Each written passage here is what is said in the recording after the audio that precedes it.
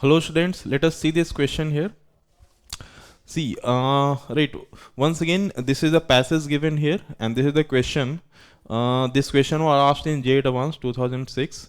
So it is saying when the capacitor get charged completely. So when this capacitor get charged completely, S1 is opened and S2 is closed. So after it is fully charged, so when it will be fully charged, charge on this, so the current will become 0 when this capacitor is fully charged. So and the total charge will become C into V. Okay, so here the charge will become C into V. Now after being charged, this is opened and this is closed. So now this circuit is complete.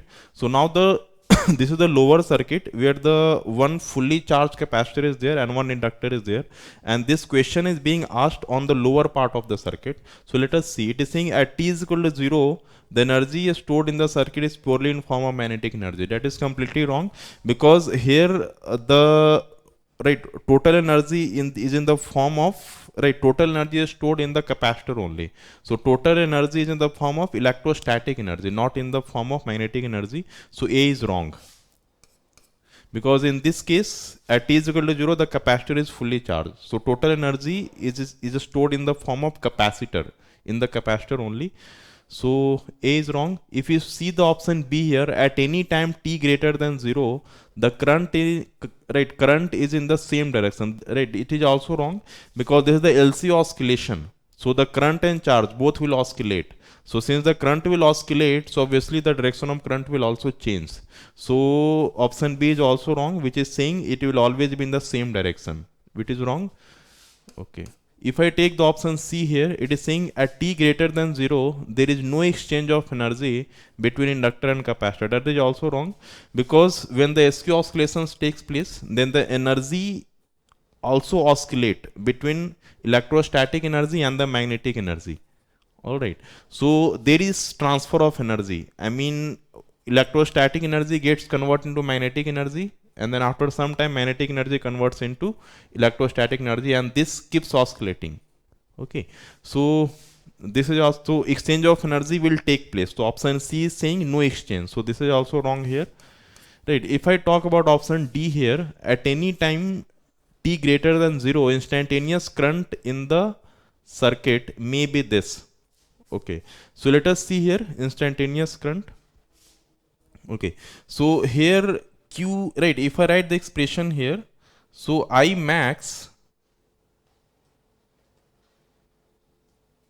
okay, so if I take at any time saying the instantaneous current in the circuit may be this. Okay, so let us take Q, make it can be written like Q max cos omega t, if I write here. Okay, all right. So so I can say here the I will become, if I differentiate this equation, then you will get the value of I. So that will become Q max into omega, and this will become minus sine omega t. Because if I take the differentiation of cos, you will get the minus sign. So this is minus sign here, and this is the chain rule. So omega t differentiation with respect to t will get omega. So this is the value of I you are getting. So so what is the value of omega? Omega we already know. Omega is equal to 1 upon LC root. Okay, and the Q max. So here I can say I is equal to minus Q max will be equal to CV.